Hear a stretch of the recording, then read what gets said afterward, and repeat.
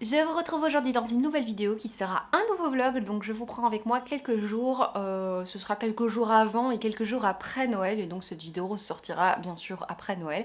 J'espère de tout cœur que vous avez passé de bonnes fêtes de Noël et que vous en passez de bonnes si vous le faites pas forcément le 24-25 décembre. Eh bien, je viens vous parler de pas mal de petites choses, de mes lectures. Je vais parler de livres qui sont arrivés parce que j'ai des trucs à vous montrer, de mes lectures en cours. Je vais également parler de thé puisque j'ai décidé dans cette vidéo de vous présenter 10 thés d'hiver, un peu de thé de Noël mais surtout de thé d'hiver pour prolonger la magie de Noël et pour prolonger le plaisir de boire du bon thé d'hiver. Je vais aussi vous parler d'une foire aux questions. Puisque j'ai lancé une foire aux questions sur mon compte Instagram et j'ai décidé de répondre aux questions tout le long de ce vlog. Alors, je vais vous parler un petit peu de mes lectures. J'ai terminé une romance de Noël que j'avais commencé dans le dernier vlog. Il s'agit des Étoiles brillent plus fort en hiver de Sophie Jomain. Alors, c'est une lecture que j'ai bien appréciée pour certains points, que j'ai beaucoup moins appréciée pour d'autres points. Donc ici, on va suivre une histoire d'une jeune femme, Agathe, qui travaille en tant que décoratrice pour une maison, pour un grand magasin, style les Galeries Inno en Belgique. Bah ici, c'est les Galeries Hartmann et c'est elle qui s'occupe de la décoration avec son assistante. Et elle va changer de patron et le nouveau patron va arriver et va dire qu'en fait, ces décorations sont dégoulinantes de couleurs, elles sont beaucoup trop présentes. Il y en a beaucoup trop, il faut toutes les changer, sauf que bah, elle n'a pas vraiment le temps de toutes les changer. Donc elle est en colère, elle est vraiment en colère contre son patron et elle lui gueule dessus en lui disant bah non, c'est pas possible de changer ces décorations en dernière minute. Enfin, j'ai fait ce qu'on m'a demandé, que l'ancien patron m'a demandé, donc vraiment je sais pas le faire. Et donc la relation entre les deux personnages est déjà assez mauvaise dès le début. Bien sûr, on se doute bien à la description du personnage masculin que ça va être un petit peu la romance hein, dans ce livre. Ça, c'est le truc qu'on voit venir et qu'on espère. Moi, j'aime bien le genre de truc amour-haine au début. Alors moi c'est un livre que j'ai bien aimé pour certains points, notamment la vie privée des personnages. J'ai bien aimé la complexité justement de ces personnages. J'ai bien aimé aussi l'atmosphère de Noël. Maintenant je vais vite passer à ce qui m'a beaucoup moins plu. Il y avait une tension dans ce livre. Alors certains diront il y a une grosse tension sexuelle entre ces personnages, mais moi j'ai envie de vous dire que c'est une tension tout court qui met une tension au lecteur. Vraiment, j'ai ressenti une grande tension parce que les personnages, en fait, du début à la fin, n'arrêtent pas de s'engueuler. Il y a souvent ça dans les romances, mais au bout d'un moment, ça change et ça va un peu mieux. Ici, ça met du temps avant d'aller un peu mieux et c'est assez toxique, en fait, pour l'ambiance de travail, pour les autres personnages. D'ailleurs, il y a quelqu'un qui le dit un moment dans le livre, mais arrêtez de vous engueuler, mettez-vous ensemble, c'est bon. Mais je trouve ça très très assez insupportable en fait qu'ils arrêtent pas de s'engueuler. Au début c'est mignon, ça va dans une romance, mais là ça devient trop. Ça m'a un peu dérangé ces engueulades continuelles entre ces personnages. Et du coup je trouve que cette relation amoureuse entre ces personnages était un petit peu, je vais dire presque toxique, parce que je trouve ça pas très sain. C'est un patron et quelqu'un qui travaille pour lui. Et donc, bon, ça arrive, hein. Mais ici, je trouve qu'il y avait quelque chose de très malsain parce que elle est tout le temps en colère contre lui, a raison. Mais au bout d'un moment, tu te dis, mais meuf, calme-toi, enfin, c'est quand même ton patron, tu dois faire super attention pour pas te faire virer. Il arrive quelque chose dans le livre qui, je trouve, donne l'impression que s'ils sont ensemble, s'ils sont heureux ensemble, je vais pas essayer de pas trop vous spoiler, mais il y a vraiment cette sensation à un moment que s'ils sont bien ensemble, il va limite lui donner des avantages au boulot, quoi. C'est un petit peu ça. Ouais, en fait, ça marche bien entre nous, ben, tu peux avoir une augmentation, enfin...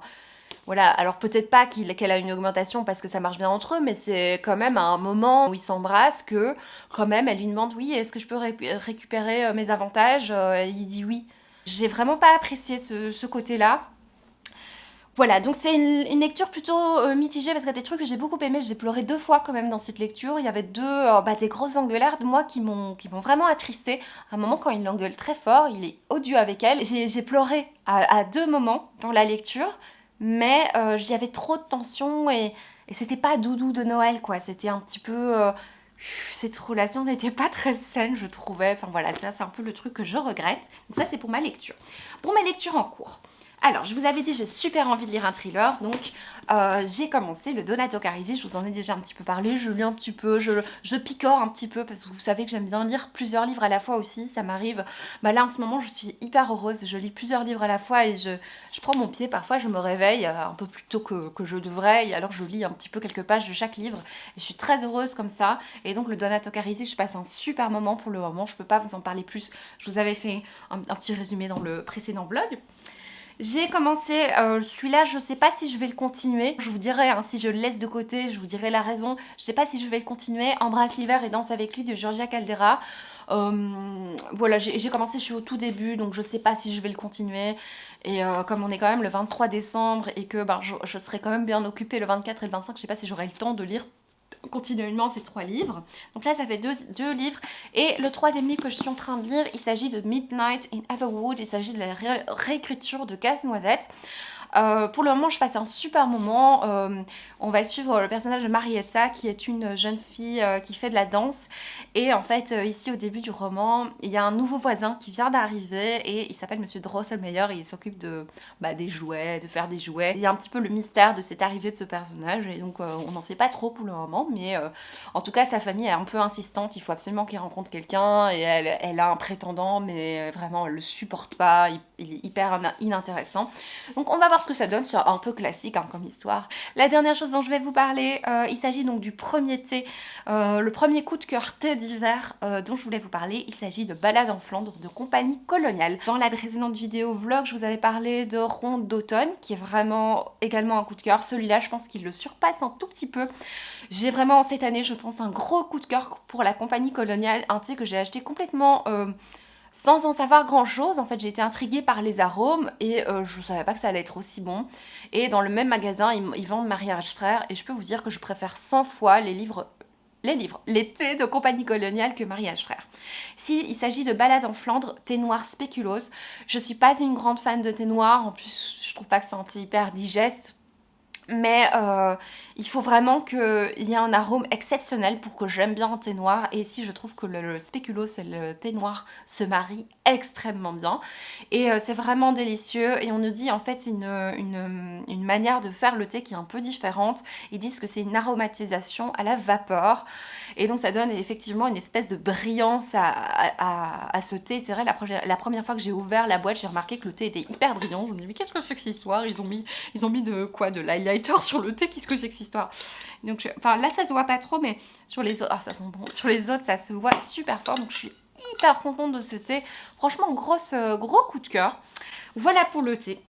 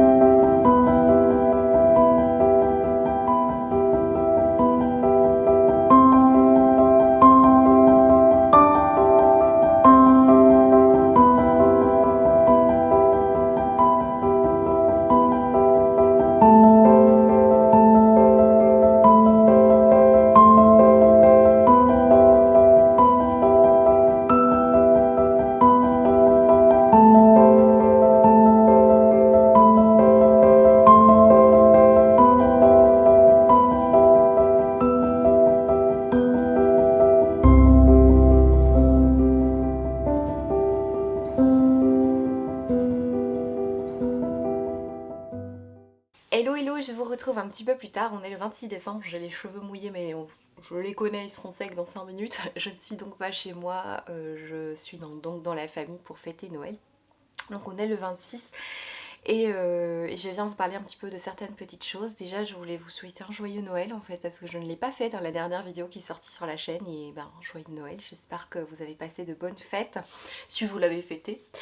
Voilà, je vous parle de certaines petites choses. Vous avez vu quelques petits plans, j'ai partagé je pense quelques petits plans de Noël mais pas grand chose parce que bah comme beaucoup on aime bien en profiter quand même. J'ai fait une bûche pour l'information, je vous mets en barre d'information la recette que j'ai utilisée.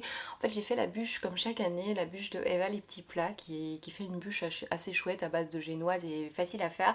Cette année je ne l'ai pas remplie de confiture mais je l'ai remplie de crème au beurre vegan et enfin, franchement elle a eu un bon succès. Cette crème au beurre vegan, j'ai fait une crème au beurre en fait avec une recette de crème au beurre sauf que c'est vegan donc j'ai utilisé de la margarine vegan qui a donné vraiment une très bonne crème au beurre à base de café, un petit peu de cacao pour la couleur parce que sinon il faut mettre beaucoup de café, enfin bref.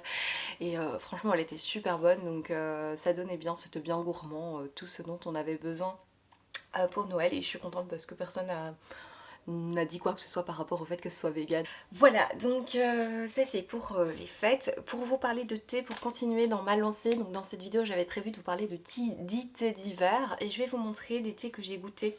Un thé notamment que j'ai goûté dernièrement.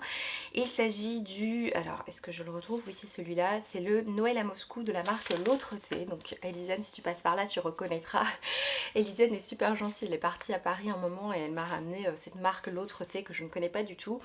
Et en fait, c'est une marque bio et il y a un petit ensemble avec 4 thés de Noël. Et c'est vraiment super bon. Franchement, je les ai presque tous goûtés et franchement, j'aime beaucoup.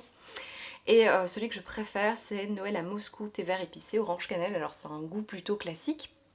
Mais je trouve qu'il est très réussi, le dosage et tout, c'est vraiment très réussi, donc je vous conseille vivement. C'était je pense la boisson de Noël par excellence. Donc Noël à Moscou de la marque L'Autre Thé. Sinon j'en profite pour en montrer un deuxième, alors j'ai pas pris tous mes thés avec, hein, j'en ai encore à la maison, je vous les montrerai quand je rentrerai chez moi. Un autre thé que je bois chaque année, c'est plutôt une tisane que je bois chaque année aux environs de Noël. Il s'agit du Christmas Tea de Yogi Tea qui est très connu, hein. Si vous prenez des thés bio, vous le connaissez certainement. Il sort toujours aux environs de Noël et c'est un thé... alors il n'y a pas les détails ici mais en gros c'est un mélange vraiment typiquement d'hiver. J'espère que la luminosité est pas trop pourrie. Donc c'est un mélange classique avec des épices, de la cannelle, de la cardamome je pense, peut-être un peu de réglisse, mais en tout cas c'est vraiment très bon, c'est très réconfortant et il a pas mal de succès autour de moi. Donc voilà pour le thé, je vous parlerai des 7 autres thés quand je reviendrai chez moi. Alors, au niveau des lectures, j'ai laissé de côté, j'ai décidé de laisser de côté Embrasse l'hiver et danse avec moi, avec nous, avec je sais pas qui, mais bref, de Georgia Caldera. Alors, je vous le dis, mais en fait, en gros, j'avais lu 2-3 pages, donc j'étais pas très loin dans l'histoire, donc en fait, je devrais même pas vous en parler de ce livre, parce que, en gros, j'avais envie d'une nouvelle romance de Noël, et je me rends compte que là, à partir du 25-26 décembre, j'ai plus trop envie de romances de Noël, j'en ai lu 3 ou 4 cette année et je me rends compte que c'est suffisant, j'ai plus envie de me retrouver dans une romance de Noël contemporaine. J'en ai lu quand même 3 ou 4, je suis quand même assez impressionnée de moi-même parce que bah oui j'avais envie de cette petite ambiance de Noël mais je pense que ça suffit pour cette année. Peut-être encore regarder quelques films un peu cosy mais plus des romances contemporaines là. Peut-être que Holiday by Gaslight va y passer cette année parce que c'est une romance victorienne et que c'est un peu moins... bon je pense un peu moins kitsch mais sinon c'est vrai que là, je suis plus du tout dans le mood romance de Noël, donc celui-là, je vais le mettre de côté, je le lirai avec plaisir l'année prochaine. Voilà, vous avez les réponses parfois pourquoi je laisse de côté un livre. Mais bon, j'avais lu 2 pages, donc ça valait même pas la peine que j'en parle. Mais bon, au cas où. Alors sinon, j'ai lu un livre qui est Le Noël du Petit Hérisson. Donc, pour Noël, j'ai reçu de mon amie Céline Joyeux Noël Petit Hérisson qui, bon voilà, elle a craqué parce que le titre et tout. Moi, j'avais vu en magasin également. Elle raconte l'histoire d'un petit hérisson qui va fêter Noël avec ses amis, il fait sa déco à la maison et il se rend compte qu'il manque quelque chose dans sa petite maison et donc il va chercher des brindilles, il va chercher des pommes de pin, il va rencontrer ses copains et tout mais il se rend compte qu'il manque un truc dans sa maison pour que ce soit parfait et bien sûr on va découvrir ce qui manque, c'est trop chou, c'est vraiment choupinou, les dessins sont mignons, enfin voilà j'aime bien, c'est des chouettes petits traits. De dessin, c'est vraiment chouette, c'est tout choupinou, une petite lecture choupinou de 10 pages, hein, voilà, pour enfants du Petit Hérisson. Sinon, est-ce que je vous en parle? Oui, je vous en parle un petit peu parce que je suis quand même à la page 26. Je vous avais parlé du fait que je voulais lire le Christmas Pudding de Nancy Mitford. Écoutez, je suis à la page 26, j'ai plus lu depuis hier.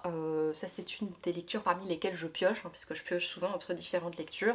Je passe un bon moment pour le moment. On va suivre un personnage qui s'appelle Paul qui vient d'écrire un livre. Et donc ça se passe dans les années 30, j'ai oublié de le dire, donc dans la société anglaise.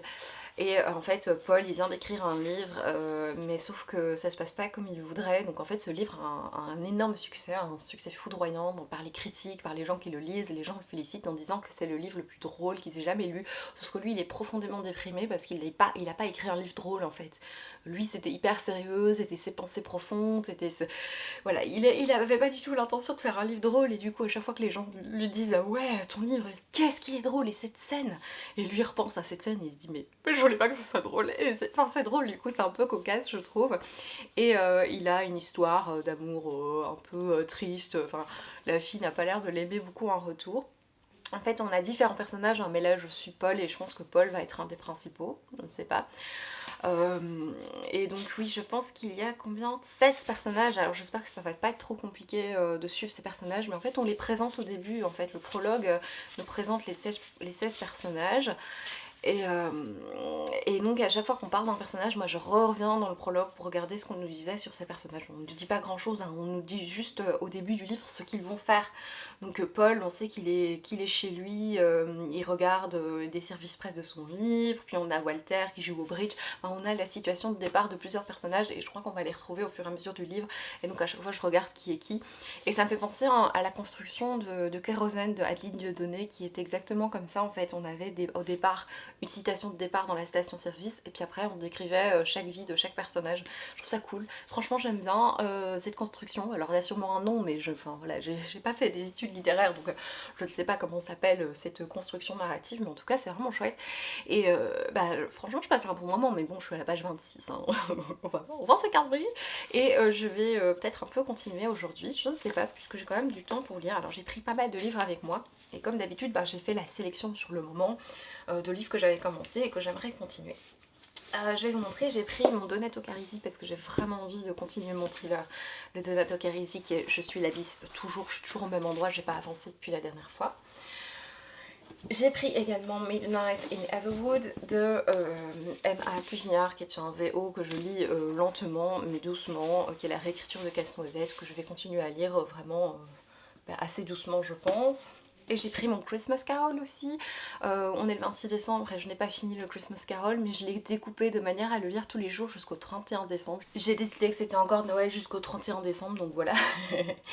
Donc pour le Christmas Carol. Et donc j'ai pris encore 2 livres avec moi si jamais j'ai des envies. Voilà, je sais quand je pars 2-3 jours comme ça, je sais pas ce que j'aurais envie de lire et du coup j'ai pris quand même un petit graphique parce que j'aime bien ici toujours me plonger dans un graphique. Alors ça n'a rien à voir avec Noël et l'univers de Noël, mais c'est pas grave, j'ai pris ce que j'ai trouvé et ce que j'avais envie de lire. C'est Uzung Cinderella 2.0. Est-ce qu'il y a 2.0? Je sais pas d'où je sors 2.0. Non, il n'y a pas du tout 2.0. Je sais pas d'où je sors ça, donc je crois que c'est l'histoire d'une jeune infirmière. Je vous en parlerai quand je l'aurai lu. Enfin, les résumés de manga, je préfère d'abord le lire pour vous en parler. Voilà, et je pense que c'est tout hein, ce que je voulais vous dire. Non, à part que j'ai été pourri gâtée pour Noël et qu'il y aura un beau book haul qui va arriver quand je rentre chez moi. Alors je vais pas faire une vidéo uniquement book haul parce que j'en ai déjà fait une et j'ai la flemme de... Voilà, je vais l'introduire dans cette vidéo, donc c'est pour ça que cette vidéo s'appellera certainement Avalanche de livres parce que j'ai été pourrie, mais pourri gâtée. Cette année les gens, ils se sont bien rendus compte que j'avais envie de recevoir des livres. Voilà, j'ai été pourri gâtée franchement et je vous montrerai ça avec grand plaisir. Voilà, je vous laisse là et je vous retrouverai plus tard. Salut, je vous retrouve avec une lumière tout à fait réjouissante. Voilà, avec un ours en peluche un petit peu glauque, je vais le retirer un petit peu parce que j'ai l'impression qu'il va me sauter dessus. Oh oui, bon voilà, je sais pas, c'est la joie des vlogs, hein, je sais pas à chaque fois sortir la caméra, à chaque fois que je suis avec une belle lumière, hein, je ne sais pas le faire à chaque fois. J'avais envie de vous parler de mes lectures et de 2 films qu'on a vus. Alors, au niveau des lectures en cours, je suis toujours dans Christmas Pudding de Nancy Mitford. Écoutez, je passe un bon moment. Je suis à la page 53. On est vraiment avec un humour sarcastique, un humour ouais, très piquant, sarcastique, un humour anglais. Le type d'humour qui pourrait m'agacer à certains moments. Donc je vous ai déjà dit hein, que j'étais quelqu'un qui lisait selon mon état d'esprit. Je sais qu'avec certains états d'esprit, si je suis par exemple très fatiguée ou si par exemple je suis très agacée dans la vie de tous les jours, je pense que c'est le type d'humour qui me ferait laisser cette lecture de côté. Là je suis bien dedans parce que tout va bien, je suis en vacances, tout va bien. Mais je sais que à certains moments, je pourrais ne pas accrocher à ce type d'humour. Voilà, je vais continuer, donc je picore un petit peu mes lectures, hein, c'est un peu comme ça que je fais en ce moment, et je picore agréablement avec ce livre, dans ce livre plutôt, et je suis toujours dans Midnight in Everwood, c'est un livre que je pense que je vais lire sur plusieurs jours, enfin c'est déjà le cas, mais sur même plusieurs semaines, je vais lire petit à petit, je passe un super moment, ici on est vraiment à la rencontre entre Marietta et Dr. Drosselmeyer. Et je sens qu'il va y avoir un truc entre eux parce que clairement, déjà, on nous laisse beaucoup de temps avant la rencontre avec Drosselmeyer, donc je me dis que ça doit être quand même quelqu'un d'assez important dans l'histoire. Bah, de toute façon, dans Casse-Noisette, il est super important, mais dans cette histoire-là, à mon avis, ça va être le gars avec qui elle va se mettre. Hein. À mon avis, elle va être en couple avec lui parce que je crois qu'il y a un petit truc qui se passe entre eux lors de la rencontre. Donc là, c'est vraiment la rencontre qu'on attendait. Et donc, je vais voir ce qui va se passer parce que j'ai hâte qu'on avance un petit peu dans cette histoire. Ce qui est très marrant avec les livres anglais, alors peut-être pas tous, mais en tout cas ici, dans cette édition, le chapter 1, il commence à la première page. Donc page 1. Donc en fait, on nous enlève pas 12 pages. Vous savez, les livres en français, ça commence toujours à la page 12, la page 11. Et ici, bah, ça commence à la page 1. Donc je sais exactement le nombre de pages que j'ai déjà lues et c'est pas beaucoup. Voilà. Mais c'est déjà quand même passé quelques petits trucs. Donc voilà, je passe un bon moment. Pareil, je picore dans cette lecture et je passe un super moment. Ce soir, j'ai envie de thriller et donc ce soir, je vais avancer dans Donato Carisi et peut-être me lancer dans ceci. Voilà, ça c'est pour les lectures. Sinon, au niveau des films, j'ai vu deux films. J'ai vu hier le film sur Netflix qui est sorti il y a pas longtemps, qui est Don't Look, je ne sais plus quoi, enfin je ne sais plus le titre exactement. C'est un film avec Leonardo DiCaprio, Meryl Streep, etc. C'est un film un petit peu satirique, beaucoup. Hein. C'est un film très humoristique et satirique autour de l'histoire d'une jeune doctorante qui travaille donc pour un docteur qui est astronome, il me semble, je sais plus exactement son métier, mais en tout cas elle va découvrir qu'il y a une comète qui va bientôt se cracher sur la Terre. Je n'utilise peut-être pas les bons termes parce que j'y connais rien, mais en tout cas elle découvre qu'il y a une comète qui va venir provoquer une explosion de la Terre dans 6 mois. Et donc le but du film, ça va être un petit peu comment cette information ô combien vitale va être traitée. Donc ils vont aller voir la présidente des États-Unis et sa réaction va être un petit peu surprenante. Ils vont aller voir des médias pour essayer d'en parler et en fait on va se rendre compte que vraiment cette information est, et il y a beaucoup d'enjeux autour de cette information, sauf que en fait, je te dis non, il faudrait quand même se préparer, savoir que la Terre va bientôt exploser, donc il faut faire quelque chose. Voilà, mais c'était très drôle, j'ai beaucoup aimé le ton de ce film, j'ai beaucoup aimé l'histoire, et j'ai bien aimé tous les liens qu'on peut faire par rapport à notre situation actuelle autour de vous savez quoi, hein, parce que j'aime pas citer ces mots-là dans mes vidéos. Mais enfin, voilà, je pense qu'il y a beaucoup de parallèles avec la situation actuelle, avec par exemple le fait qu'on n'écoute pas hein, les scientifiques. Voilà, ce genre de choses. Et sinon, aujourd'hui, j'ai vu 1917 qui est un film de guerre, et je ne regarde pas beaucoup de films de guerre, j'ai failli ne pas regarder, et puis j'ai vu qu'il y avait Colin Firth. Tout d'un coup, il arrive au bout de 5-10 minutes, là, tout d'un coup, oh oui, coucou monsieur. Alors on le voit pas beaucoup, mais dans ce film, il y a un petit peu la guest list de mes acteurs anglais préférés. Et je vous dis pas lesquels, hein. Je vous laisse les découvrir, ça va être un petit peu Kinder Surprise. Donc au fur et à mesure du film, vous découvrez deux acteurs tout à fait sympathiques que j'aime beaucoup. Et je sais pas pourquoi ils jouent tous dans ce film alors qu'ils ont pas tous un rôle hyper important. Ils apparaissent 2 minutes dans le film, mais c'est pas grave. J'en ai eu 3, voire 4. Enfin, il y en a 3 qui sont mes acteurs préférés et ils sont tous dedans. C'est très drôle. Écoutez, je vais ranger cette caméra et c'est vrai que... Enfin, cette lumière, hein, ça ne va pas. Mais bon, vous faites votre vaisselle hein, là en ce moment, donc c'est pas grave. Hello, je vous retrouve dans mon petit coin cosy au pied de ma bibliothèque avec ma nouvelle couverture que j'ai reçue, que je trouve trop confortable, surtout que j'en cherchais une justement et je l'ai reçue et je suis vraiment super contente. Je vais vous parler de pas mal de petites choses. Je vais commencer la foire aux questions, je vais vous montrer deux nouveautés absolument que je voulais partager avec vous. Je vais vous présenter tous les nouveaux livres que j'ai reçus pour Noël et achetés et je vais vous présenter mes lectures en cours. Je crois que j'ai commencé avec les deux T. Donc, toujours pour parler de thé d'hiver, est-ce que ça filme? Oui, ça filme. Le premier aujourd'hui que j'avais envie de vous présenter, c'est le Central Park de Chahuté. C'est un thé vert, noix, vanille, cacao, enfin fèves de cacao. Donc c'est un thé vert voilà, que j'ai reçu dans mon swap de l'Avent par mon amie Céline qui sait pertinemment que Chahuté est une de mes marques préférées de thé. Et je ne connaissais pas du tout ce thé-là, Central Park, et donc c'est un thé parfait pour les petits écureuils, voilà, puisqu'il y a de la noisette dedans, de la noix en tout cas. Et en fait, c'est un thé un petit peu gourmand. Oui, vraiment, on sent très très fort ce côté sucré, gourmand, de cacao. Il y a la petite note de vanille qui n'est pas trop intense parce que moi j'ai toujours peur quand on me dit qu'il y a de la vanille dans les thés. C'est pas ce que je préfère, mais quand c'est bien fait et quand c'est justement dans des bonnes marques, en général ça passe vraiment bien. Et ici, effectivement, c'est très doux, c'est très réconfortant. Et par contre, c'est vraiment un thé, je trouve, réconfort d'automne par excellence, automne-hiver. Je trouve que c'est vraiment un thé idéal pour cette saison, donc c'est vraiment chouette. Et alors, l'autre thé que j'avais envie de vous présenter, c'est un thé que je rachète chaque année, c'est le Rooibos. C'est un Rooibos pour le coup de Noël. Alors, c'est un des seuls thés bio qu'il y avait sur le marché de Noël avec la maison Bourgeon, enfin les alors, je n'arrive pas à parler.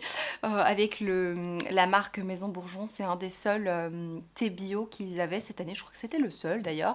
Et en fait, c'est mon préféré. C'est un que je rachète à chaque fois. Et c'est un que ma famille aime particulièrement. C'est très très très aromatisé. Tout ce qui est orange, agrumes, on sent vraiment le côté orangé est très fort. Donc c'est rooibos, cannelle, pomme, clou de girofle, pétales de rose et cardamone. Et c'est un véritable délice. Franchement, je vous le conseille vivement. Vraiment, si vous connaissez pas la marque Maison Bourgeon, s'il y a vraiment un thé à goûter, c'est le Rooibos de Noël. Donc moi, je le bois le soir avant d'aller me coucher. Et franchement, il fait toujours fureur quand je le sers. Donc voilà, deux de mes thés préférés pour l'hiver. Et voilà, ça c'est pour l'été. Vous savez quoi? Je vais répondre à quelques questions de la foire aux questions, et puis je vais vous montrer quelques livres que j'ai reçus, et puis je vais répondre à d'autres questions de la foire aux questions. Vous avez vu comme je suis organisée? Pas du tout. Marie et les livres me demande la question que tu poserais à ton auteur préféré. Eh bien, j'ai envie de vous dire aucune parce que j'ai beaucoup de mal avec Enfin, je pense que je vous en ai déjà parlé dans d'autres vidéos. Je ne suis pas quelqu'un qui cherche un contact avec les auteurs que j'aime bien. Donc, j'ai pas vraiment besoin. Et justement, je fuis le contact avec les auteurs parce que je les aime bien ou que je les aime pas bien, peu importe, hein, même mon auteur préféré. Je préfère éviter en fait le contact parce que je trouve que ça fausse complètement la donne. Alors, l'autre question de Marie, c'est la ville ou le pays que tu as envie de découvrir grâce à... Et alors, j'ai à chaque fois, il me manque un bout, mais je crois que c'est grâce à des univers littéraires. Écoutez, j'ai envie d'aller en Finlande. Enfin, ça vient pas uniquement des univers littéraires, hein, mais voilà, on m'a convaincu ces dernières années que la Finlande était un pays extraordinaire, donc c'est vraiment un pays que je rêve de visiter. Comme je suis une très très très très très sédentaire, je pense pas que je vais faire énormément de voyages dans ma vie, mais s'il y a des voyages que je dois faire, ce serait la Russie, parce que ça c'est vraiment mon goal ultime, c'est un jour d'aller à Saint-Pétersbourg, bien sûr retourner en Angleterre, aller en Écosse, enfin voilà, les beaux paysages d'Écosse, le rêve, et bien sûr, comme je vous l'ai dit, donc la Finlande, voire la Laponie, que j'ai découvert dans différents romans et aussi grâce à des témoignages de proches. Alors, Mademoiselle Déby demande ton moment idéal dans la journée pour lire. Alors, je lis un peu à tout instant. C'est marrant parce que je crois que je fantasme souvent ce moment où je vais rentrer chez moi du boulot et je vais m'installer dans mon fauteuil pour lire. Et ça n'arrive jamais parce qu'à chaque fois, j'ai plein de choses à faire et je passe mon temps à faire autre chose et ça n'arrive presque jamais. Mais je crois que c'est le moment qui est complètement fantasmé au niveau de ma lecture. C'est assez drôle. Mais le vrai moment où je lis, c'est pas quand je rentre du boulot, je me pose pas dans le fauteuil pour lire. Les moments surtout où je lis, c'est dans les transports en commun, particulièrement une journée par semaine où j'ai presque 6 heures de route. Panazolès me demande pourquoi as-tu mis un terme à ta boutique, et je sais qu'il y a une ou deux autres questions par rapport à ma boutique. Écoutez, je sais pas si je vous en ai déjà beaucoup parlé, j'ai dû mettre un terme à ma boutique à un moment où j'ai eu un temps plein l'année dernière et il y a eu un moment où j'avais ce temps plein plus la boutique et c'était pas possible en fait. Je me retrouvais, je rentrais du boulot et je retrouvais à coudre jusqu'à 1h du matin et à m'occuper des commandes jusqu'à 1h du matin et ça a été un moment assez dur à vivre, enfin dans le sens où c'est pas très simple, enfin, il faut aussi s'occuper de soi, je ne sais pas. Et là, c'était pas vivable, mais c'est normal, hein, à partir du moment où j'avais chopé ce temps plein, je pouvais pas stop dire à toutes les personnes qui avaient commandé, bah en fait non, je peux pas assurer vos commandes parce que j'ai un boulot maintenant. Non, enfin, je pouvais pas faire ça, c'était plus très conciliable. Et je me suis rendu compte qu'à ce moment-là, où j'ai combiné les deux, parce que j'étais un peu obligée, je venais d'accepter cet intérim de 6 mois et j'avais encore plein de commandes à honorer. Et je crois que c'est le moment qui m'a un peu dégoûtée de la couture. Et je vous avoue, en toute confidence, que depuis que j'ai arrêté ma boutique, je n'ai plus touché ma machine à coudre, ou presque, parce que j'ai un véritable blocage psychologique avec cette machine à coudre. Alors, allez savoir pourquoi. Bon, c'est fortement lié à ça, mais c'est marrant. J'associe ça à ces moments de stress, en fait. Mais sinon, j'adorais hein, j'adorais cette boutique, mais quand à partir du moment où j'ai eu cet autre boulot en même temps, c'était devenu tellement enfin, difficile à gérer que je fais un blocage. Donc voilà, ça répond peut-être à ta question, bah, parce que j'avais trop de boulot. La question suivante, qui est un petit peu sensible, je trouve, enfin, je sais pas. Moi, ça me dérange pas d'y répondre, mais je sais que tout le monde ne serait pas forcément ravi d'y répondre. C'est ton budget livre mensuel. Et bien, écoutez, je sais pas du tout vous répondre parce que je ne compte pas forcément. Ça dépend en fait de mes rentrées, hein. Bah là, comme je travaille moins que l'année dernière, forcément, je me dirige beaucoup plus facilement vers de la seconde main. Je revends aussi mes livres, donc j'arrive pas trop à faire un compte parce que ce que je ramasse des livres que j'ai revendus, bah, je l'utilise pour acheter d'autres livres. Donc voilà. Donc je pourrais pas vous dire mon budget mensuel, mais sachez que c'est quand même un budget important puisque j'achète très peu d'autres choses. J'achète presque jamais de vêtements. Ben, les restaurants, on va dire que merci le Covid, voilà, il n'y a plus beaucoup de sorties, il n'y a plus beaucoup de choses comme ça. Donc c'est vrai que le budget livresque est peut-être monté depuis le Covid. Morgouille, comment fais-tu pour lire et continuer à filmer et monter autant de vidéos en parallèle?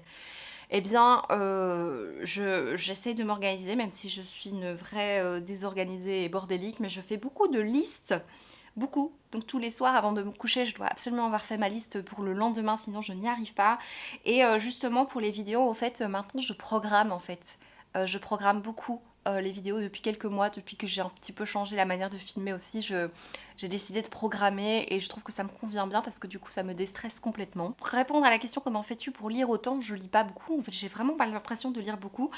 Et sinon, bah, pour les lectures, je lis beaucoup dans les transports. Je pense que je vous avais déjà répondu. Continuer à filmer et monter autant de vidéos au parallèle. Donc je vous ai dit c'est beaucoup une question d'organisation. C'est vrai que je suis quelqu'un aussi de très très sédentaire qui ne sort pas beaucoup. Je suis quelqu'un de très solitaire aussi, donc je fais pas beaucoup de sorties et donc j'ai beaucoup de soirées qui sont consacrées, enfin quand je travaille pas le soir, enfin bref, je m'organise, j'ai beaucoup de soirées qui sont consacrées à la chaîne et voilà, c'est un choix, hein, tout simplement. Et Morgouille qui me demande aussi, bravo en tout cas, qui me dit, enfin un message super adorable, merci beaucoup. Et alors, Méli-Mélo qui me demande, as-tu des tocs liés au livre ou à la lecture, notes, habitudes, rituels? Oh oui, j'ai des tocs, enfin certainement. Par exemple, je relis beaucoup les phrases, je pense que je vous en avais déjà parlé, je peux pas lire un livre très vite comme ça. Ça n'arrive que quand je déteste le livre et que je veux absolument le terminer, mais sinon j'ai tendance à relire plusieurs fois les mêmes phrases pour être pour plusieurs choses, pour être sûre d'avoir bien lu, pour être sûre d'avoir bien compris, et parfois pour l'orthographe. Je corrige pas les fautes des livres, pas du tout, mais parfois je me dis ah ça s'écrit comme ça et je sais pas, je m'imprègne vraiment de chaque mot et du coup je lis, j'ai l'impression un petit peu plus lentement que la plupart des gens. Et des tocs, bah oui, j'ai souvent des tocs par rapport aux livres, j'aime bien les sentir. Par exemple, j'ai toujours besoin d'avoir un livre avec moi, peu importe où je vais, même si je suis invitée chez quelqu'un où je ne dois même pas prendre les transports en commun, on vient me chercher en voiture, bah, j'ai toujours un livre avec moi et je sais que je vais pas lire. Je sais pertinemment que je vais pas lire, mais j'ai besoin d'avoir ce livre avec moi au cas où. Pour la question que pense mon amoureux de ma passion, bah écoutez, je sais pas trop répondre à cette question. Il est bien content que j'ai cette passion de la lecture. Il lit aussi hein, régulièrement. Est-ce que tu voudrais écrire un livre? Louise Anemone me demande. En fait, j'avais commencé, pour répondre à ta question, j'avais commencé il y a 3 ans une histoire. J'ai toujours hein, cette histoire, enfin dans ma tête, non, j'y pense plus jamais, mais j'avais commencé une histoire. C'est vraiment quelque chose que sur quelques mois, j'avais commencé à faire tout un plan, j'avais commencé les premiers chapitres qui sont toujours dans mon vieil ordinateur. J'ai la résolution de l'histoire. Je peux pas trop vous dire le genre parce que en fait c'est un livre hybride. Il y a un des genres qui est un petit peu spoilant de ce qui se passe, mais en même temps vous allez jamais la lire. Mais en gros, ça commence un petit peu comme un livre jeunesse et ça se noircit en fait. Voilà, donc c'est vraiment une histoire qui est pas du tout publiable ni quoi que ce soit, hein. C'est juste pour mon propre plaisir. Je m'étais mise à écrire et j'avais envie de la terminer, mais comme beaucoup de choses, je ne termine pas parce que c'était une pulsion de ces mois-là où j'avais écrit tout ça et c'est pas revenu, ça va peut-être revenir un jour. As-tu lu les 4 accords Toltec? Non, j'ai pas lu le livre, mais par contre j'ai lu ce que c'était, les 4 accords Toltec. Bon voilà, c'est un chouette concept. Et quel est le livre que tu rêves de lire? Bah, il y a plein de livres que je rêve de lire, c'est-à-dire tous les livres qui sont dans ma pile à lire et qui m'attendent, hein, qui m'attendent beaucoup. J'ai vraiment envie de découvrir un livre de Anne Brontë cette année, l'année prochaine, hein, parce qu'on est quand même le 27 décembre, ou alors un livre de Edith Wharton. Voilà, le livre que je rêve de lire. Je vais mettre de côté les questions et je reviendrai plus tard et je vais vous montrer les livres que j'ai reçus et puis je vais vous parler de mes lectures en cours. Alors, parlons des livres reçus. Le premier livre, c'est un livre que je me suis acheté, que je me suis offert de mois à mois. Peut-être que je vous l'ai déjà montré, j'ai un peu oublié. Je vous avais parlé dans le dernier vlog de ce livre-là qui est Winter Tales. Ce sont donc des contes de l'hiver. Alors j'avais prévu de m'acheter un Noël scandinave qui n'est pas traduit en français, pardon. J'avais prévu de m'offrir celui-là plus tôt cette année parce qu'il contient des histoires autour de Noël qui parfois sont un petit peu sombres et lugubres. Il y a par exemple Angela Carter que je rêve de découvrir, mais il était out of stock et il y avait moyen de l'avoir, mais je l'avais début janvier ou vous voyez après Noël et j'avais vraiment envie de le lire autour de Noël. Et du coup à la place j'ai pris Winter Tales qui contient du coup des contes plus pour enfants, enfin je pense plus pour enfants puisqu'on a quand même le casse-noisette. Alors je sais pas si c'est des contes entiers. Mais en tout cas on a quand même des contes nordiques, des contes de Andersen, enfin voilà, il y a un petit peu de tout et les illustrations sont juste magnifiques. C'est un livre que j'avais prévu de lire autour de Noël, mais comme j'étais pas chez moi, j'ai eu beaucoup de mal, j'avais pas envie de le prendre avec moi, j'avais trop peur de l'abîmer, donc je pense que c'est un livre que je vais lire dans les jours qui arrivent, puisque j'estime que jusqu'au 31, voire 1er janvier, on est encore dans l'ambiance de Noël. Jusqu'à ce qu'il y ait eu le concert de Nouvel An à Vienne, moi j'estime qu'on est encore dans l'univers de Noël. Alors ensuite, je vais vous parler de 3 livres. Alors Elysiane, si tu passes par là, encore 1000 fois, 1000 fois, 1000 fois merci. Voilà, je suis super touchée parce que j'ai été gâtée, je ne mérite pas. J'ai reçu Little Birds de Craig Johnson qui était dans ma wishlist. Voilà, quand on pioche dans ma wishlist de livres addicts, c'est toujours un petit peu la surprise parce que je ne sais plus trop ce qu'il y a dans cette wishlist. Il y a tellement de livres que moi j'oublie ce que j'ai dans cette wishlist et donc j'ai des agréables surprises quand je reçois par exemple Little Bird de Craig Johnson qui est l'histoire de Walt Langmuir qui travaille dans le bureau du shérif en Absaroka, je sais pas où c'est. Et il a envie de terminer sa carrière dans la paix sans trop de problèmes, sauf qu'on va découvrir un corps et que cette enquête va visiblement un peu bouleverser sa fin de carrière. Écoutez, moi ça me tente bien, surtout que c'est un Gallmeister. Moi j'aime énormément les éditions Gallmeister. J'ai reçu Candyland de Jax Miller, je suis super contente aussi, ça fait super longtemps que j'ai envie de le découvrir. Ensuite j'ai reçu Grandir un peu de Julien Rampin, c'est un livre aux éditions Charleston, c'est visiblement une très très très très belle histoire. Une héroïne qui va rencontrer une vieille dame, moi les résumés c'est vraiment pas trop ça, mais j'ai entendu vraiment beaucoup de bien. Quand je vous dis que j'ai été gâtée... Alors, j'ai reçu un livre qui est... Anthony Trollope, Miss Mackenzie, donc de l'auteur Anthony Trollope, il était dans ma wishlist, je l'ai mis assez récemment dans cette wishlist. Donc on va suivre l'histoire d'une vieille fille, Miss Mackenzie, je rigole parce que les vieilles filles, elle a 35 ans, donc ça va. Elle est dans l'Angleterre, parce que ça se passe dans les années de l'Angleterre victorienne, et elle a soigné pendant des années son frère et son père. Et un jour, elle fait un bel héritage et alors, évidemment, les prétendants se pressent. Mais Miss Mackenzie, n'a pas forcément envie de voilà, d'épouser le premier venu. Écoutez, ça me tente énormément, je crois qu'il y aura un petit fond historique là-dedans, ça a l'air vraiment chouette, je l'ai jamais lu et ça me fait un petit peu penser au livre Mon père ou Le père de Elisabeth von Arnim. C'est peut-être pas la même histoire, mais c'est aussi l'histoire d'une femme qui va pendant des années s'occuper d'un père tyrannique. Alors peut-être que dans Le père, on va plus parler de la relation entre la fille et le père, et ici on va plus parler de l'après. Je sais pas trop ce que ça va donner, mais ça me tente beaucoup. Ensuite, pour le livre suivant, il s'agit d'un livre offert par quelqu'un qui n'a pas forcément eu vent des polémiques autour de cette autrice. D'ailleurs, moi-même, je n'avais pas forcément beaucoup d'informations sur les polémiques. C'est quelqu'un qui a pris le risque extrêmement couillu quand même de m'offrir un livre sans en savoir grand chose, un livre qui n'est pas du tout dans ma wishlist, ni nulle part. La personne n'en avait jamais entendu parler, a juste lu le résumé, a vu qu'il y avait un prix Médicis et donc bah voilà, la personne me l'a acheté. Écoutez, moi quand je l'ai reçu tout d'abord, j'étais un petit peu surprise parce que c'est vrai que j'ai entendu qu'il y avait des polémiques autour de cette autrice, mais je sais pas.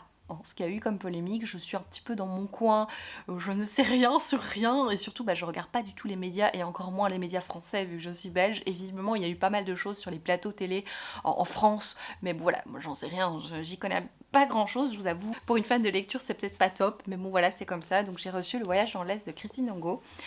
Quand la personne me l'a offert, j'étais un petit peu crispée parce que je me suis dit je sais qu'elle est polémique mais je sais pas ce que c'est et j'ai décidé de faire abstraction en fait. J'ai été regarder un petit peu sur Wikipédia et je me suis dit mais Isabelle arrête de regarder, tu vas lire ce livre sans en savoir grand chose.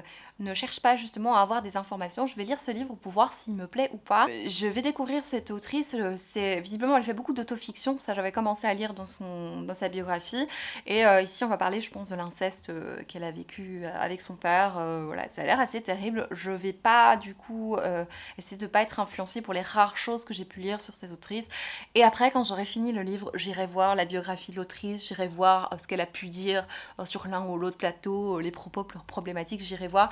Mais j'ai pas envie que mon avis soit biaisé par une quelconque polémique que je ne connaissais même pas. Vous voyez ce que je veux dire? Donc voilà, je vais le découvrir complètement à l'aveugle. N'hésitez pas justement à ne pas me renseigner sur l'éventuelle polémique parce que j'ai envie d'être complètement vierge de toute information avant de lire ce livre qui m'a été offert avec beaucoup d'amour et justement avec les meilleures intentions du monde. Alors j'ai reçu Nordic Tales. Alors ça c'est un livre dont je vous avais parlé dans ma vidéo précédente, mon dernier vlog, je vous avais parlé dans le tag de Noël de plusieurs livres que je rêvais de recevoir cette année et j'en ai reçu un, j'ai été complètement surprise parce que c'est vrai que sur ma happy list, je vous ai déjà parlé plusieurs fois du concept de happy list, sur ma happy list, il y avait beaucoup de livres anglais et je pensais que les gens auraient beaucoup de mal à les trouver parce qu'il n'y a pas forcément toujours des librairies anglaises accessibles, parce que voilà, c'est pas toujours facilement accessible. Et je pensais vraiment pas que j'allais recevoir des livres en anglais, mais bon, je les ai mis parce que j'avais vraiment envie de les recevoir. Et il y en a un, je suis hyper touchée de l'avoir reçu, c'est donc Nordic Tales. Ce sont des contes folkloriques en fait qui viennent de Norvège, de Suède, de Finlande, d'Islande et du Danemark. Et je suis hyper heureuse. Les personnes qui me l'ont offert en fait ont été extrêmement touchées par les dessins, par aussi la culture de la Finlande et du Nord, la culture nordique. Ce que j'aime beaucoup avec les livres, c'est que j'ai beau avoir une très mauvaise mémoire pour plein de choses, mais par contre, quand on m'offre un livre, j'ai l'impression que je n'oublierai jamais la personne qui m'a offert ce livre. Peut-être pas le moment, ça je sais pas si je retiens, mais en tout cas la personne. Quand je prends un livre dans ma bibliothèque, je sais qui me l'a offert. Et si je m'en souviens pas, c'est que je l'ai acheté moi-même. Voilà. Donc quand je vois ma bibliothèque, quand je vois mes livres, je sais exactement d'où vient le livre, dans quelles circonstances. Et c'est ça qui me touche beaucoup quand je reçois des livres, justement, c'est qu'il y a toute une histoire autour du livre, de la personne. Et là, voilà, je suis hyper, hyper touchée. Je sais pas si je vais lire cette année par contre parce que il y a l'autre Winter Tales que je vais certainement lire cette année, donc je vais peut-être pas lire les deux. Mais ici on est vraiment plus sur des contes folkloriques alors qu'ici on est plus sur des contes un peu plus connus. Alors, ah oui, ma petite Céline. J'ai reçu lors de mon swap, en fait c'était parfait. Céline, on avait fait un thème pour le swap et elle avait choisi tout ce qui est l'univers de la forêt, hein, vraiment une balade en forêt et tous les jours je découvrais un cadeau en rapport avec la balade en forêt, un petit voyage que je faisais et notamment le Central Park ici. C'était une petite pause dans ma balade et où je rencontrais plein d'écureuils. Bah oui, à Central Park, elle avait tout bien calculé. Et donc un des derniers jours, j'ai reçu donc l'almanach de la forêt qui est dans ma wishlist depuis un moment. Je rêve de le découvrir. Ah bah voilà, ça répond à la question. Et donc ici, on nous dit que c'est raconter la forêt et son histoire, ses arbres et ses animaux, ses légendes et ses métiers, qui est mieux placé pour le faire qu'une troupe de sorcières. Je suis ravie par ce cadeau. C'est vraiment... voilà, j'adore. Ce sera une lecture d'automne si je ne craque pas avant. J'ai reçu aussi un livre, celui-là je m'en souviendrai aussi de qui me l'a offert. Il s'agit des livres de la Terre fracturée, la 5e saison. C'est la fille du livre qui en a beaucoup parlé sur sa chaîne. Si vous ne la suivez pas encore d'ailleurs, n'hésitez pas parce que c'est vraiment, vraiment quelqu'un que j'adore suivre. Je la trouve hyper intéressante. Elle a déjà pas mal parlé de cette saga, la Terre fracturée. Et donc voilà, ça c'est une lecture qui me tente énormément. On est dans de la science-fiction. La Terre tremble visiblement beaucoup et la civilisation est menacée en permanence. Donc il y a déjà eu de grands cataclysmes qui ont détruit des grandes villes, l'humanité n'a survécu que de justesse et donc on est en mode fin du monde survival mais je ne sais pas dans quelle année. Celui-là je pense que je voulais montrer, il s'agit du Joyeux Noël Petit Hérisson que j'ai reçu également, que j'ai lu le jour de Noël, je vous en ai déjà un petit peu parlé, donc ça c'est tout, enfin c'est tout, vous avez vu j'ai dit pour y gâter et j'ai pas encore fêté tous mes Noëls. Hein. Au niveau de mes lectures en cours, pour rentrer chez moi dans le train j'ai continué Je suis l'abysse, j'aime beaucoup. On est beaucoup avec le point de vue, on est surtout avec le point de vue du héros qui est un psychopathe, hein, voilà, pas très sympathique forcément. J'espère qu'on aura un autre point de vue un moment parce que c'est le type de point de vue qui peut m'agacer au bout d'un moment. J'ai besoin parfois d'avoir un point de vue un petit peu plus positif. Vous voyez, des lectures où il y a d'autres points de vue que le psychopathe de service. J'ai besoin parfois d'avoir, ou alors un autre psychopathe, hein, mais pas tout le temps le même, vous voyez. Voilà, donc j'espère qu'on aura un autre point de vue. Il me semble un peu plus tard que j'avais vu qu'il y avait un autre point de vue, donc je pense que ça va aller, mais j'aime bien, hein, mais je sais pas trop où on va en fait. Parce qu'on sait la personne, on sait qui fait quoi, quand, comment. Donc pour le moment, je vois pas trop où est le suspense, mais peut-être qu'on aura une big révélation. Alors, Christmas Pudding, j'ai un petit peu avancé, mais pas assez pour vous en parler. J'ai lu 2 pages, donc voilà. Par contre, j'ai lu à l'endroit c'est mieux. J'ai lu celui-là, je vous en avais vaguement parlé, il s'agit de Uzung Cinderella, ça se passe au Japon et ça nous raconte le quotidien d'une pharmacienne qui travaille dans un hôpital. Donc au Japon, il y a beaucoup de pharmaciens qui travaillent dans les hôpitaux aux côtés des infirmiers et des médecins et qui sont hyper importants parce qu'ils vont évidemment apporter, c'est eux qui font chercher les médicaments, mais ils doivent hyper bien, enfin c'est des pharmaciens quoi, mais ils travaillent dans les hôpitaux. Et en fait, justement, on va parler du quotidien, de la manière dont les pharmaciens sont traités dans ces hôpitaux. On nous explique vraiment, avec plusieurs petites anecdotes, plusieurs petites histoires de patients, à quel point les pharmaciens sont super importants dans cet univers hospitalier et j'aime beaucoup suivre cette héroïne. Franchement, j'ai passé un super moment, c'était très différent de ce que je peux lire en manga et c'était très informatif, j'ai appris des choses et franchement j'ai bien aimé. Il y a un petit côté Grey's Anatomy, il n'y a pas de romance, hein, mais par contre il y a un petit côté Grey's Anatomy parce qu'à chaque nouveau chapitre tu as un nouveau symptôme, une nouvelle personne qui a autre chose, donc tu dis ah oui ok celui-là va avoir ça. J'ai bien aimé cette lecture, c'était vraiment très intéressant, je lirai la suite avec grand plaisir. Et donc je vais répondre encore à 2-3 questions parce que j'ai encore du thé. Alors, Jenny me demande, fais-tu partie des gens qui détestent prêter leurs livres de peur de ne jamais les revoir? Bah ça dépend, hein. Si c'est des gens, j'ai déjà fait des choses comme ça, de gens que je vois jamais, presque jamais, et à qui j'ai prêté des livres parce que j'aime bien prêter des livres, mais en fait j'ai jamais revu les livres. Je ne déteste pas prêter mes livres, c'est juste que j'aime bien qu'ils reviennent un jour. Alors si je sais, par exemple si je prête un livre à mon amie Céline, ça me dérange pas qu'elle l'ait pendant 3 ans parce que je sais que je vais la revoir, vous savez ce que je veux dire, ça dépend à qui vous le prêtez aussi. Si mon papa a un de mes livres depuis 3 ans, ça me dérange pas, ça m'arrive d'ailleurs aussi de garder des livres très longtemps, mais quand c'est des gens que je vois très, très peu souvent et que je prête des livres, là j'ai un petit peu plus de mal. Aimes-tu mon métier d'enseignante? Bah oui, évidemment, je pense que ça doit être compliqué d'être enseignant en n'aimant pas son métier. Et alors un bouquin qui m'a fait pleurer, il y en a plusieurs. Notamment, c'est marrant parce que je vous ai parlé du Sophie Jomain, je pense que c'est même dans ce vlog-ci. Eh ben moi j'ai pleuré. Et pourtant, je vous ai dit, hein, j'ai pas adoré, mais j'ai pleuré 2 fois. Et par contre, si je peux vous parler d'un livre qui m'a fait sangloter, qui m'a mise au plus bas, c'est Raison obscure d'Amélie Antoine. Comment t'es venue l'idée de te lancer sur Booktube? Alors moi j'ai commencé, je suis une vieille de la vieille, hein, je suis un dinosaure de YouTube. J'ai commencé avec des vidéos beauté avant même 2014. Je sais même plus l'année où j'ai commencé, mais je pense que la plus ancienne vidéo sur ma chaîne qui est restée, c'est une vidéo autour du layering en 2014. Donc j'ai commencé bien avant en fait. Je parlais de beauté, pas forcément naturelle ni quoi que ce soit, mais je parlais de beauté. Et puis j'ai dévié vers la beauté naturelle, j'ai commencé à parler de zéro déchet. De temps en temps, je faisais des vidéos livres parce que j'aimais déjà parler de ça. Et puis petit à petit, ça a évolué, donc je suis devenue végane et à peu près en même temps, j'ai commencé à parler beaucoup plus de livres sur la chaîne. Et puis petit à petit, mon contenu autour de la beauté a complètement disparu parce que c'était pas trop conciliable avec ce que je voulais faire. Souvent, quand on parle de choses sur Internet, ça nous enfin moi, ça me poussait à surconsommer et à consommer plus pour avoir plus de contenu, ce qui n'a pas beaucoup de sens dans une recherche de mode de vie plus écolo et plus zéro déchet. Donc c'est une des raisons pour lesquelles moi j'ai arrêté de parler de ça, mais il y a plein de gens qui arrivent à en parler tout en étant écolo. Enfin vous voyez ce que je veux dire, c'est moi qui n'y arrivais pas et je trouvais que j'avais plus grand chose d'intéressant à raconter. Ai-je jamais eu quelque chose d'intéressant à raconter? Voilà, j'ai décidé de parler plutôt de livres parce que c'est quelque chose qui se renouvelle très vite, parce que dès que tu lis un livre, tu peux en parler et c'est quelque chose qui me passionne bien plus. Voilà. Et referas-tu une vidéo sur toutes les bibliothèques que tu as, un petit peu comme j'avais fait avec mes plantes? Alors, j'ai vraiment, je repousse toujours ce type de vidéo. Je sais que ça plaît, qu'il y a plein de gens qui regardent, mais moi, ça m'intéresse tellement pas déjà de les regarder, alors les faire, les bibliothèques tours, mais mon Dieu, mais la flemme incroyable.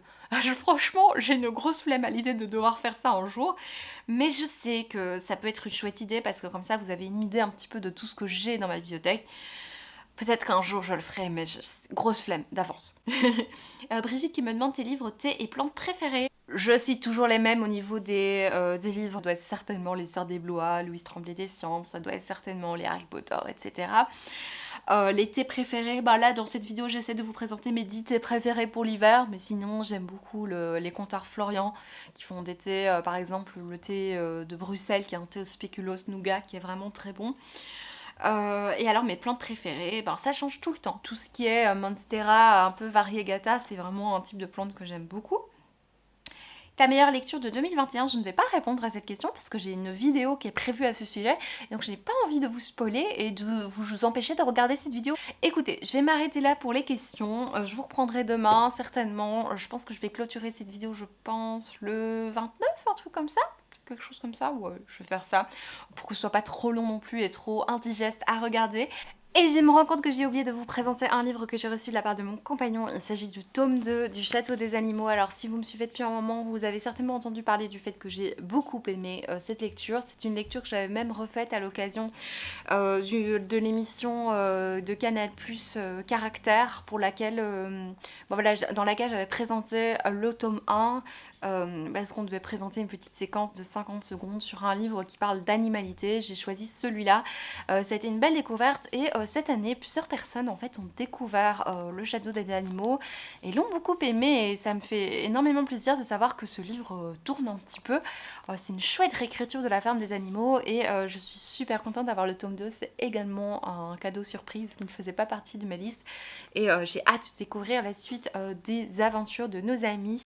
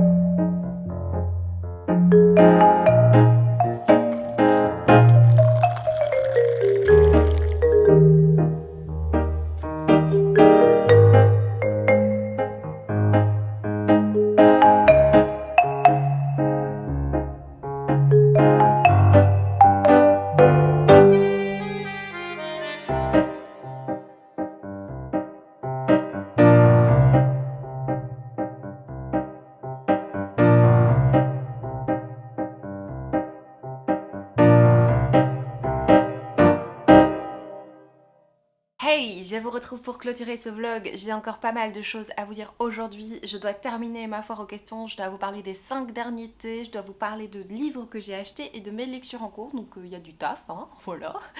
Alors, je vais commencer par les 5 thés.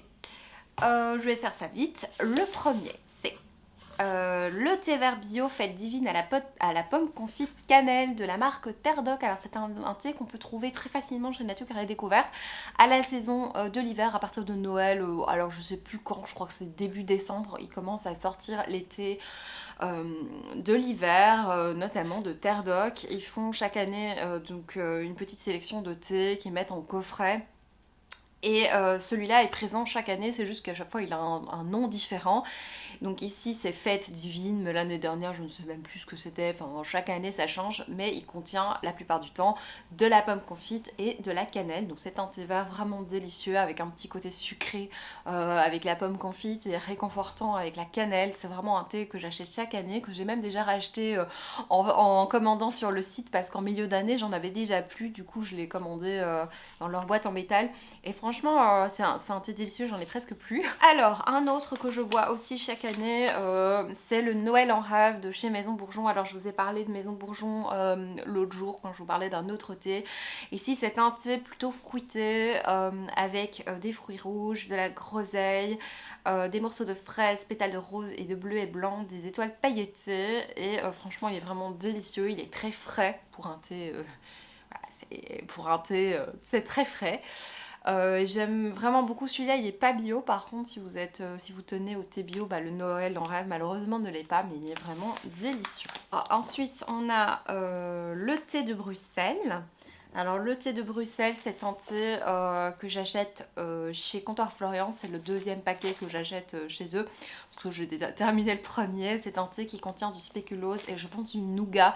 C'est un thé vert très gourmand qui est vraiment délicieux. Il est assez sucré, il est plus sucré que je pense que tous les thés que je vous ai présentés dans cette vidéo. Franchement c'est un petit délice, donc le côté spéculoos nougat est merveilleux je trouve, et il est particulier aussi au niveau du goût. Le Milky Oolong, alors ici c'est un thé que j'ai trouvé chez L'Heure Bleue, mais le Milky Oolong on sait le trouver un petit peu partout. L'Heure Bleue c'est le magasin de thé vers lequel je me dirige le plus souvent à Bruxelles. C'est un magasin de thé que j'aime beaucoup. J'aime bien cette petite boutique qui propose aussi des petites créations de bijoux. J'ai des bijoux de chez eux, ça fait longtemps que je les ai pas mis d'ailleurs, des petits chats faits main. C'est vraiment très très beau. Ils proposent aussi pas mal de tasses, de céramistes, d'artistes qui présentent leurs produits chez eux. Et franchement c'est une boutique vers laquelle j'aime vraiment bien me diriger parce que leurs arômes, leurs choix de mélange de thé sont très originaux. Ils ont vraiment des thés très particuliers. Ils ont aussi des plus classiques, mais ils ont aussi des thés très particuliers. Le Milky Oolong, c'est un classique. C'est un thé que j'aime énormément également. Il existe plusieurs formes de Milky Oolong. Il y en a qui sont aromatisés. Ici, c'est aromatisé avec des notes de flan caramel. Voilà. Il y en a qui sont, je pense, faits à la vapeur de lait, mais on m'a dit que c'était plutôt un mythe et que c'était pas possible que ce soit fait à la vapeur de lait. Mais bon, celui-là, je l'ai jamais goûté fait à la vapeur de lait, donc de toute façon, je ne sais même pas si ça existe. Et il y en a aussi qui sont des milky, en fait, donc des thés, des oolong roulés, qui ont ce goût milky, un petit peu lacté, naturellement en fait. Donc c'est un thé qui n'est pas du tout aromatisé et qui naturellement a ce goût milky. Et celui-là, je le trouve aussi très bon. J'en ai testé beaucoup. Celui de Comptoir Florian est délicieux. Celui-là, je l'ai presque fini et j'en ai acheté un chez Deal et Camille. Alors j'ai un petit peu peur, mais j'avais tellement envie d'en avoir de nouveau que j'ai craqué. Je l'ai pris chez Deal et Camille. Et alors le dernier, vous allez me dire, mais Isabelle, c'est pas du tout un thé d'hiver. Bah écoutez, c'est mon petit plaisir, vous savez toute l'année j'aime bien les thés à la fraise. Je cherche toujours le parfait, même si j'en ai trouvé quelques-uns qui étaient vraiment délicieux. Et là dernièrement j'en ai trouvé un merveilleux. C'est pas du tout thé d'hiver, hein, les thés à la fraise, mais pourtant ça m'apporte quelque chose d'un petit peu réconfortant. Je suis justement en train de le boire, donc je peux vraiment vous en parler. dans ma tasse merveilleuse. Mylène, si tu passes par là, merci encore pour cette tasse sublime. J'adore ces pommes de pin, c'est vraiment très très très très beau. Et donc je suis en train de déguster ce thé à la fraise. Et en fait c'est de nouveau comptoir compagnie coloniale. J'ai pris le thé noir et morceau de fraise. Et pourtant je vous ai déjà dit, je suis pas hyper fan de thé noir. Mais en fait le thé noir de chez compagnie coloniale est toujours exceptionnel. J'en ai pas encore goûté qui m'ait déçu particulièrement. Je trouve que tout est vraiment délicieux. Et là franchement cette fraise goûte vraiment bien la fraise, c'est très présent. Donc c'est tout pour les thés. Bah voilà, ça fait 10 thés pour l'hiver. J'espère que la petite sélection vous a plu. Alors, on va parler des lectures en cours. Malheureusement, dans cette vidéo, ici, dans cette clôture de vidéo, je ne peux pas vous parler d'un livre qui sera terminé, de tous ceux que je vous ai montrés. Le Christmas Carol, je suis toujours en train de le lire. On est le 29 décembre, je vais essayer de le terminer le 31 décembre, ce serait quand même chouette. Mon but, c'est de terminer mes lectures en cours pour le 31, voire 1er janvier. J'aime bien en fait clôturer mes lectures avant de commencer une nouvelle année, en général un nouveau mois, mais bon voilà, une nouvelle année. Donc je vais essayer de terminer Christmas Pudding de Nancy Mitford, pour lequel j'ai un tout petit peu avancé mais pas beaucoup plus. Je peux pas vous dire beaucoup plus que ce que je vous ai déjà dit sur cette lecture. Et j'aimerais terminer aussi le Donato Carisi, pour lequel j'ai également avancé. J'en pense toujours la même chose, c'est-à-dire que je passe un super moment. Il est bien taré, le personnage principal. J'ai hâte de rencontrer d'autres personnages, qu'on soit dans la tête d'autres personnages que cette espèce de taré. Voilà, j'aime bien, mais j'aimerais vraiment le terminer pour le 1er janvier, parce que le 1er janvier, je vais lancer une nouvelle vidéo. Un nouveau challenge en fait qui sera lire 8 livres en 8 jours. Du coup ces livres là, je vous en parlerai plutôt dans un point lecture ou sur Instagram, puisque normalement je suis censée les avoir finis. Et en plein montage de la vidéo, je me rends compte que j'ai oublié de vous parler d'une autre lecture en cours qui est donc Midnight in Heaven, qui est là-dedans et que j'ai la flemme de sortir. J'ai lu quelques pages, pareil, ce sera une lecture que je vais essayer de... Je vais pas forcément essayer de la terminer pour 2021, mais je vais la lire, je pense, encore pendant tout le reste de mes vacances. Je pense que je vais lire en parallèle de mon petit challenge, lire 8 livres en 8 jours. Voilà, comme ça je n'oublie pas de vous parler de toutes mes lectures. Ensuite, avant de passer aux dernières questions de la foire aux questions, je voulais vous montrer les livres que j'avais achetés. Hier, je suis allée pendant presque plus de 2 heures quand même, 2 heures, 2 heures et demie, je suis allée chez Filigrane pour acheter des cadeaux. J'ai acheté quand même pas mal de livres pour mes proches. Je suis restée vraiment très très longtemps chez Filigrane, ça faisait longtemps que j'avais pu être, enfin longtemps, à mon niveau en tout cas, ça faisait un moment que j'avais pu être. J'en ai profité pour prendre 2-3 choses pour moi. C'était pas du tout prévu, mais voilà, je suis tombée sur quelques titres et j'ai décidé de craquer. Le premier, alors c'est un livre d'une autrice que je rêve de lire en version originale, et je me suis dit, mais Isabelle, voilà, tu la trouves là en français, pourquoi est-ce que tu ne la découvrirais pas en français? Et si ça passe bien, je prends ses autres livres en VO. Il s'agit de Angela Carter, que je rêve de découvrir, qui visiblement fait souvent des nouvelles, des histoires assez courtes. C'est une autrice qui est assez connue pour son engagement féministe. Une autrice qui est née en 1940 et morte en 1992, donc elle est morte assez jeune. C'était une journaliste et universitaire anglaise, et c'est un des auteurs les plus populaires de la littérature fantastique moderne, avec des romans comme Vénus Noire, le magasin de jouets magiques. Et ici, j'ai choisi La Compagnie des loups, parce qu'il s'agit de plusieurs histoires autour de contes. Donc ici, on a des contes un peu pervertis. Déjà, les contes, je trouve qu'ils sont quand même... Il y en a certains qui sont déjà un peu pervers. Donc on a Barbe Bleue, Le Petit Chaperon Rouge, La Belle et la Bête, Le Loup-garou, Blanche-Neige. Et on nous dit qu'il y a beaucoup de violence et un érotisme gothique et une morale différente et d'une beauté nouvelle. J'ai vraiment vraiment hâte de le découvrir. J'ai feuilleté en magasin, comme je suis restée quand même super longtemps. J'ai lu quelques passages d'un des autres livres qu'ils vendaient de Angela Carter. J'ai pris celui-là aussi parce que c'était le moins cher. Il coûtait 6,50. Je me suis dit, allez, je vais tester l'autrice avec des petites nouvelles. J'ai vraiment hâte de découvrir, et si ça me plaît, j'ai prévu en fait de m'offrir, alors quand j'aurai lu ça je pense, le recueil, il y a un recueil de nouvelles en VO dans une superbe édition, et je me dis si ça me plaît je le prendrai plutôt que de craquer pour 20 € de cette superbe édition et me rendre compte qu'en fait je le déteste. Mais bon, comme vous savez, je vous en ai déjà pas mal parlé, mais les contes c'est vraiment quelque chose que j'aime énormément, et ici en version un peu perverse et un peu sadique à mon avis. Ça a l'air vraiment chouette. Je me suis pris un livre en VO, un livre que je rêve d'acheter depuis longtemps. Je me suis même demandé si je l'avais pas déjà, mais non. Il s'agit du Magicien d'Oz, mais en version originale dans cette superbe édition un peu brillante. Ils font vraiment des belles éditions, hein. Franchement, les Anglais ou les Américains, ils font des... C'est Penguin, donc je pense que c'est plutôt anglais. Oui, c'est UK. C'est donc le Magicien d'Oz. Je ne connais pas du tout, moi, l'histoire du Magicien d'Oz. Et j'ai envie un petit peu découvrir cette histoire. Et alors le dernier, celui-là, c'est un livre... J'ai beaucoup hésité pour ce livre. En fait, il s'agit d'une enquête des Sœurs Brontë. Je me suis toujours dit... Qu'est-ce que c'est que cette histoire? On invente une histoire avec les sœurs Brontë qui font une enquête. Je trouvais ça un peu... voilà, ça me disait rien du tout. Mais en même temps, j'aime beaucoup l'époque et j'aime beaucoup les petites enquêtes. Et voilà, franchement, j'étais un peu mitigée à l'idée de lire, de découvrir cette histoire. Et puis, je crois que c'est une youtubeuse américaine qui avait parlé de The Vanished Bride. Et j'avais pas tout de suite tilté que The Vanished Bride, évidemment, c'était la traduction de ce livre. Et elle en a tellement bien parlé que j'ai eu super envie de le lire. Et puis, récemment, j'ai eu...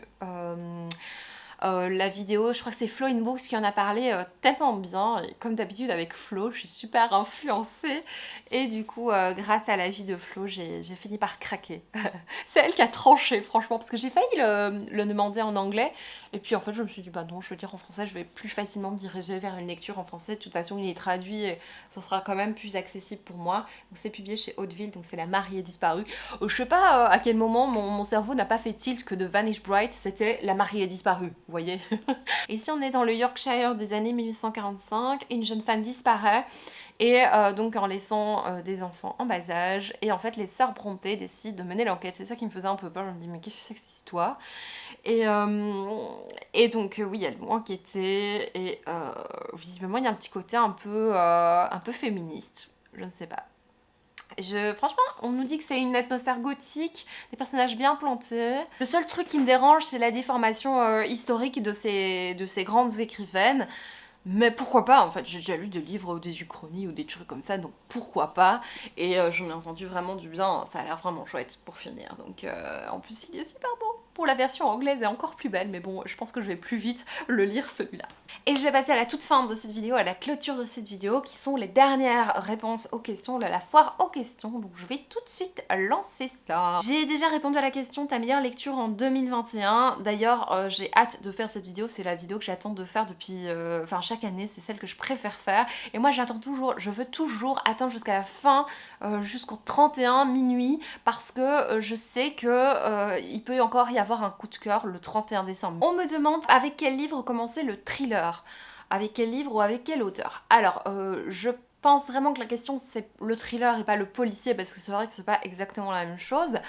J'ai un petit peu regardé, alors Franck Tillier, bah je sais pas si c'est une bonne idée, parce que déjà on est plus sur de l'enquête policière, donc c'est pas exactement du thriller.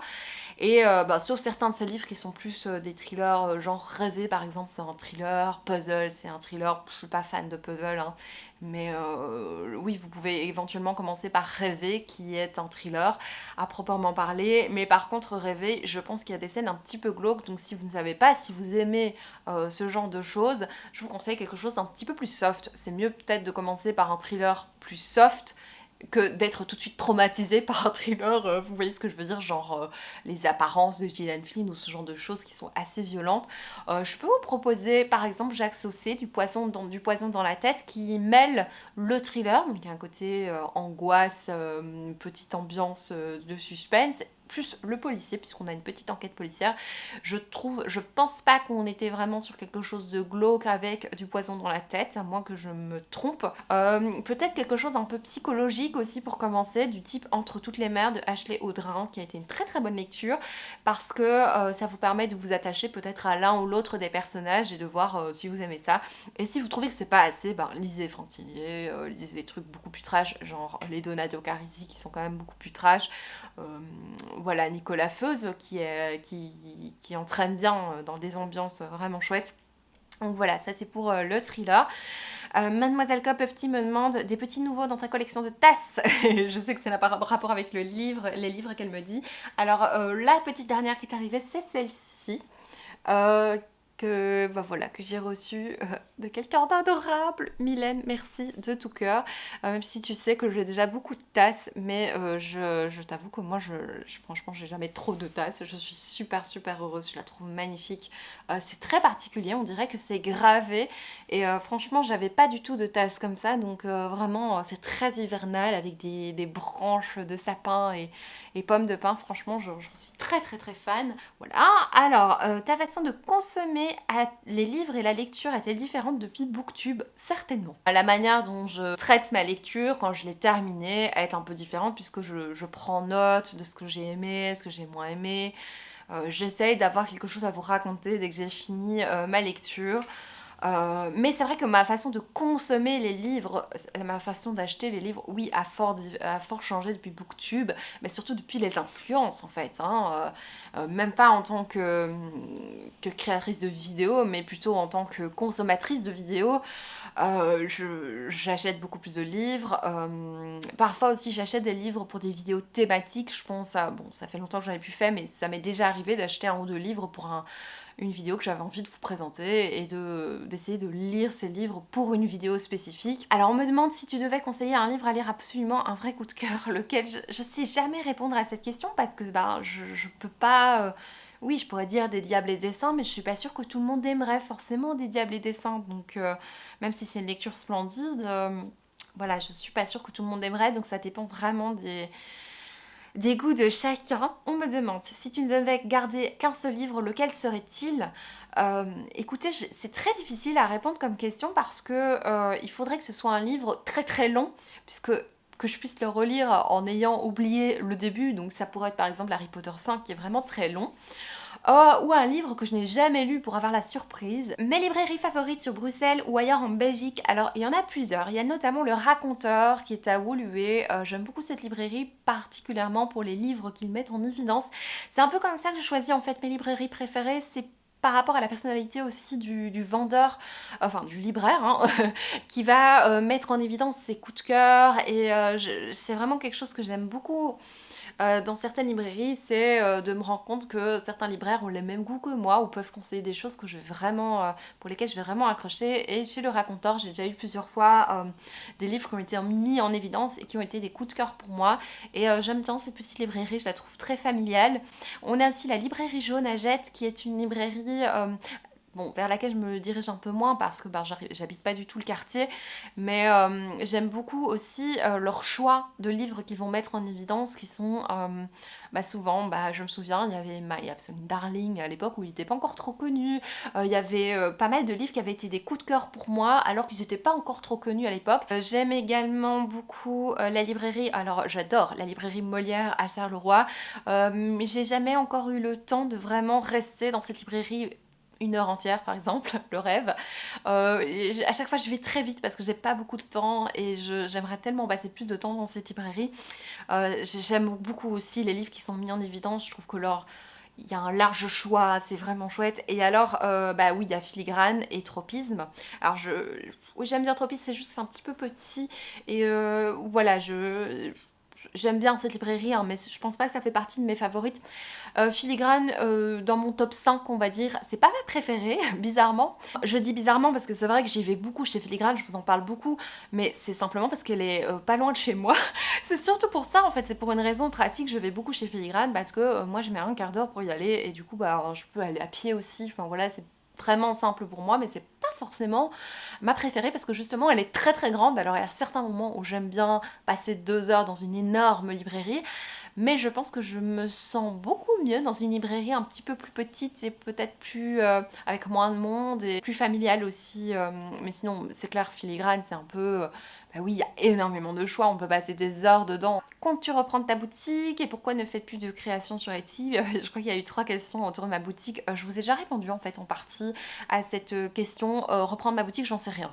Pour le moment, c'est hors de question, mais peut-être... Enfin, j'ai tellement de tissus à la maison que je trouve en plus magnifiques que j'avais sélectionné quand je faisais la boutique que...